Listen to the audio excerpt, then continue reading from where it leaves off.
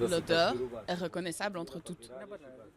Au Pakistan conservateur, ces hommes fument du hashish, beaucoup de hashish. C'est pourtant interdit par leur foi, mais dans ce pays où l'alcool est proscrit pour les musulmans, le cannabis reste dans une zone grise. Quand j'étais jeune, j'ai commencé à fumer avec des amis.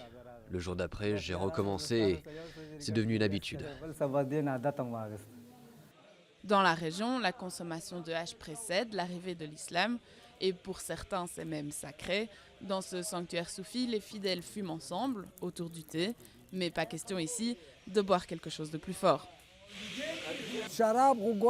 L'alcool est strictement interdit et impur. Personne ne peut même y penser. Si quelqu'un apporte de l'alcool, on le bat d'abord et ensuite on le traîne à la police. Selon l'ONU, le cannabis est la drogue la plus utilisée dans le pays avec près de 4 millions d'adeptes. Venu des zones tribales près de l'Afghanistan, le hashish est bon marché et facile d'accès. Pour cette mère de famille célibataire, c'est surtout devenu un moyen de gérer son stress. Je me suis sentie mal quand j'ai commencé à fumer pour la première fois.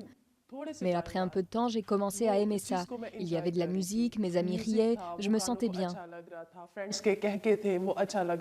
Les experts s'inquiètent de la tendance.